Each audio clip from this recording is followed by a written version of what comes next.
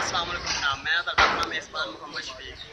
ਤੁਹਾਡਾ ਆਪਣਾ channel Punjab TV ਤੁਸੀਂ ਦੇਖ ਰਹੇ ਜੇ। ਸਭ ਤੋਂ ਪਹਿਲੇ ਮੇਰਾ ਚੈਨਲ ਸਬਸਕ੍ਰਾਈਬ ਕਰੋ, ਬੈਲ ਆਈਕਨ ਦਾ ਬਟਨ ਦਬਾਉਣਾ ਨਾ ਭੁੱਲਣਾ। ਤੁਹਾਡੇ ਲਈ ਜਨਾਬ ਮੱਝ ਲੈ ਕੇ ਆਇਆ ਪਿਓਰ ਨੀਲੀ ਰਾਵੀ ਦੀ ਮੱਝ ਹੈ। ਮੁੰਡੇ ਸਿੰਘ ਦੇ ਸੋਹਣਾ ਚੱਡਾ, ਮੋਟ ਪਰ ਥਾਣਾ, ਗੇਟ ਦਾ ਫਾਸਲਾ ਹੈ। 12 ਕਿਲੋ ਦੁੱਧ ਦਿੰਦੀ ਹੈ ਜਨਾਬ।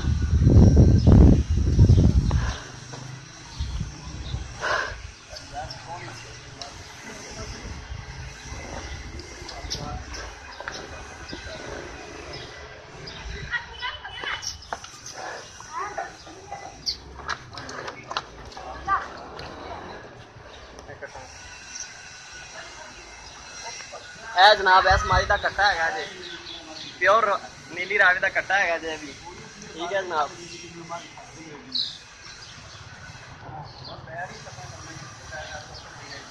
ਮਾਲਕ ਕਹਿੰਦਾ ਜਨਾਬ ਮੰਗ ਰਹੇ ਨੇ 2.5 ਲੱਖ रुपया। 12 किलो ਦੁੱਧ ਦਿੰਦੀ ਹੈ, ਪਿਓਰ ਨੀਲੀ ਰਾਵੀ ਦੀ ਮੱਝ ਹੈ। ਖੁੰਡੇ ਸਿੰਘ, ਲੰਮਾ ਮੂੰਹ ਹੈ, ਬਿਲਕੁਲ ਪਿਓਰ ਨੀਲੀ ਰਾਵੀ ਦੀ। ਤੇ ਤੁਹਾਡਾ ਜਨਾਬ ਮਾਲਕਾਂ ਨਾਲ ਰਾਬਤਾ ਕਰਾ ਦਿੰਦੇ ਆ। ਅੱਗੇ ਗੁੰਜਾਇਸ਼ ਪਿਆਰ ਮੁਹੱਬਤ ਉਹ ਕਰ ਲੈਣਗੇ। ਆਓ ਗੱਲ ਕਰੋ, ਤੁਸੀਂ ਦੱਸੋ ਕੀ ਮੰਗਦੇ ਜਾਂਦਾ। 2.5 ਲੱਖ ਮੰਗਦੇ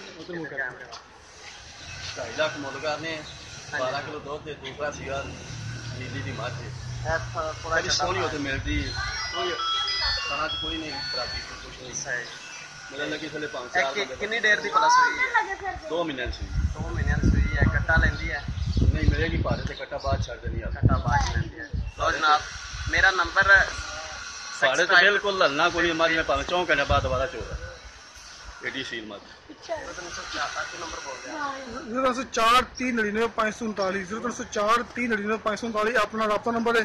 ਆਪਣਾ ਨੰਬਰ ਡਿਸਕ੍ਰਿਪਸ਼ਨ ਵਿੱਚ ਕਿਸੇ ਲਿਖਿਆ ਟਾਈਮ ਹੁੰਦਾ ਵੀ ਹੈ। ਜਨਾਬ ਤੁਸੀਂ ਫੋਨ ਕਰ ਸਕਦੇ ਜੇ। ਇਹ ਆਪਣੇ ਕੋਲ ਮੱਝ ਹੈ, ਜਿਸ ਪਿਆਰੇ ਭਾਈ ਨੇ ਲੈਣੀ ਹੋਏ ਤੇ ਇਹ ਖਰੀਦ ਸਕਦਾ ਸਾਡੇ ਕੋਲ।